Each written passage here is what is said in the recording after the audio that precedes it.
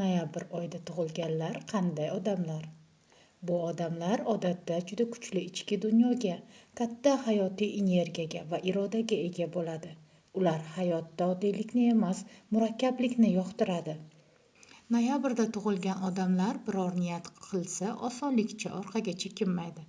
Ular imkonsiz degan so'zga ishonmaydi va maqsadiga yetish uchun har narsani qilishi mumkin. Qiyinchiliklardan qo'rqmaydi, aksincha, ularni sinov sifatida qabul qiladi. Ular juda zukko, kuzatuvchan va odamlarni tez anglaydi. Hissiyotlarini ko'rsatishni yoqtirmaydi, ammo ichida juda kuchli tuyg'ular bo'ladi. Ba'zan odamlar ularni sirli yoki tushunarsiz deb hisoblashadi.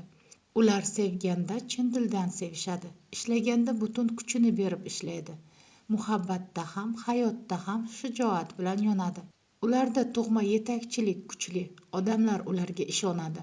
Ularning fikri ta'sirli, qat'iy qaror qabul qila oladi va boshqalarni ilhomlantira oladi. Ularga bir qadam oldinda bo'lish yoqadi. Odatda muloyim va jim, ammo zarur paytda juda qattiq gapirishi mumkin. Adolatni yaxshi ko'radi va yolg'onni yomon ko'radi. Noyabr oyida chayon va yoy burchlari tug'ilgan. Chayon burchi sirli, hissiyotli, sadoqatli va kuchli irodali. Ular hayotda hammasi yoki hech narsa tamoyili bilan yashaydi. Haqiqatni bilishni va nazoratni yaxshi ko'radi. Yomon ko'rishsa qattiq yomon ko'rishadi. Sevishsa chin dildan sevadi.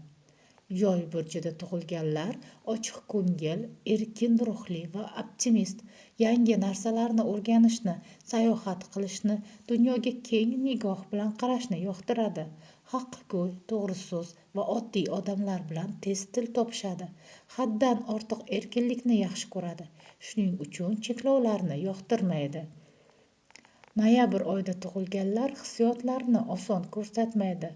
Ular sevishsa chin dildan sevishadi. Xiyonat yoki ishonchsizlik ular uchun og'ir narsa.